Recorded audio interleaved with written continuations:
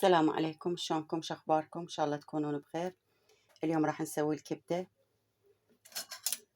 طبعا اني هاي الكبدة خليت لها نقعتها بخل، حضيف شوية زيت،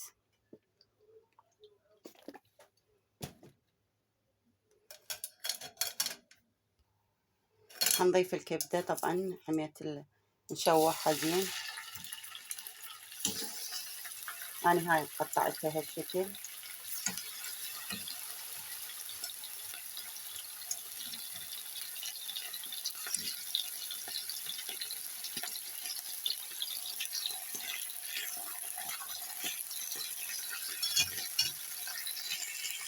طبعا حضيف لها ملح. هي طبعا ما نكثر الملح بالكبدة. حضيف لها فلفل اسود.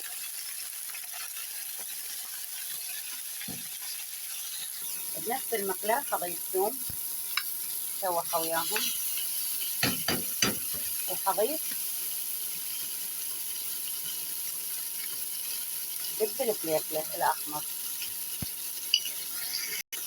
وحضيف لهم دست الفلفل الأخضر شوحه وياهم.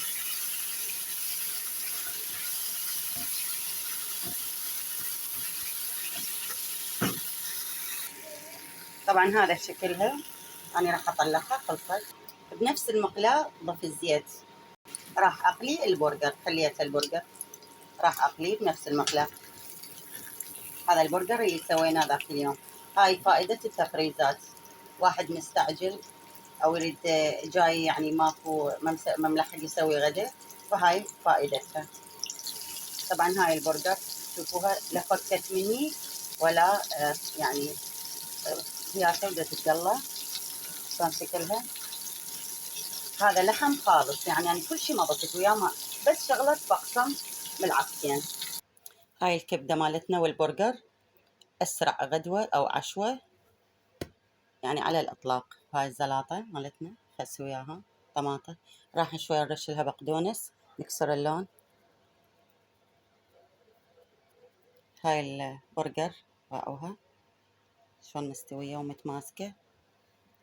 أتمنى الفيديو عجبكم، تستفادون من التفريزات. إن شاء الله نشوفكم فيديو جديد. لا تنسونا باللايك والشير ودعم القناة. أنا شيف سحر، مع السلامة.